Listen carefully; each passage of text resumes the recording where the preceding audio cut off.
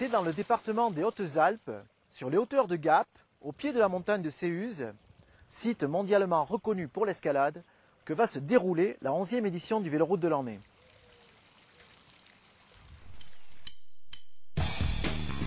Autour de nous, les magnifiques sommets du massif des Écrins. Ancrés à 750 mètres d'altitude à la lisière du Dauphiné et de la Provence, nous sommes dans la capitale des Alpes du Sud. En accordant une importance particulière à l'environnement et la protection des espaces alpins, la vallée de Gap a été élue Ville des Alpes 2002. D'une élection à l'autre, la région accueille aujourd'hui une élection un peu différente, mais qui confirme son attrait pour les sports de pleine nature, puisque c'est dans ce bassin, où paraît-il le soleil brille 300 jours par an, que le cycle s'apprête à élire le meilleur véloroute de l'année. Il y avait cette année 21 vélos en course. Vous avez désigné pour la finale le Look 586, le Kyoto Credo Ultra et le Pinarello Prince. Un match à 3 qui s'annonce d'ores et déjà très passionnant.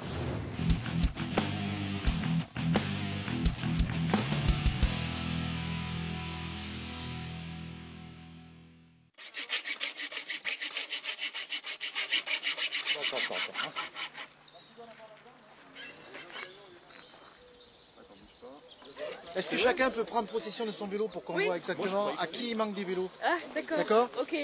Faut que Fred fasse le point. Il aura fallu pas moins de 11 électeurs, et oui, 11e élection oblige, pour mettre en évidence les forces et les faiblesses de notre trio de tête. T'as le temps d'en mettre une autre pour voir ce que ça fait? Une grise. Oui. Et là, il va y avoir le plus souple. Donc tu vas avoir une différence qui va être Minime. sensible. Ça c'est le gris, donc le gris c'est le plus confortable de la série, le plus souple. Voilà, ça fait une différence majeure. D'accord, bon. Et moi j'aimerais le vérifier. Avant même d'avoir enfourché leur monture, nos essayeurs semblent déjà séduits par l'esthétique de ces trois machines d'exception. Quelques derniers réglages avant le départ, et contrairement aux apparences, ce week-end sera particulièrement studieux. Jean-Charles Noël, Frédéric Caron et Frédéric Roudergue, Antonio Correa, 4 hommes bien décidés à se battre pour le titre. 11 jurés sélectionnés par le magazine Le Cycle parmi ses lecteurs les plus intransigeants. 3 machines de compétition bien préparées pour le combat final.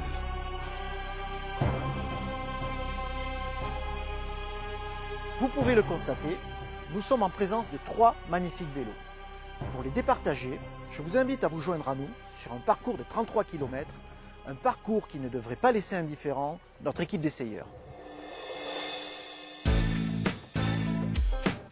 À machine d'exception, il fallait bien sûr un circuit d'exception.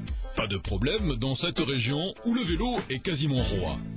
33 km attendent nos jurés sur un des plus longs parcours qui nous ait été donné d'utiliser pour nos élections. Parcours sportif, on a des beaux radars pour se faire plaisir, pour attaquer en vrai grimpeur, des belles descentes pour apprécier les trajectoires. C'est un très beau parcours, ça permet de bien tester les vélos dans la mesure où il est très varié.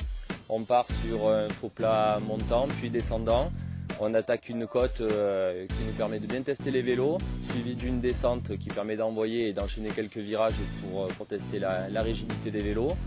Et le retour sur la nationale, donc sur une plus grande route qui permet de rester les fesses sur la selle et d'envoyer et de pousser le vélo au maximum. Enfin, tout le parcours était parfait pour tester les vélos. Pour donner une note finale et élire le meilleur véloroute de l'année, notre jury va devoir évaluer et apprécier les 3 bicyclettes sur plusieurs critères. Esthétique, nervosité, rigidité, confort, poids, accessoires et rapport qualité-prix. Pour tout dire, cette année, les 3 candidats se tiennent dans un mouchoir de poche sur de nombreux points. Alors c'est finalement sur le bitume que la différence va se faire. Même si le Pinarello Prince est le plus rigide de tous et mérite donc de très loin la première place dans cette catégorie, Le vélo français, plus nerveux, plus confortable et plus léger, lui rafle tout naturellement et sans conteste le titre au général. Malgré un très bon freinage, une indexation sans reproche et une finition superbe, le Credo Ultra prend la 3e place du podium cette année.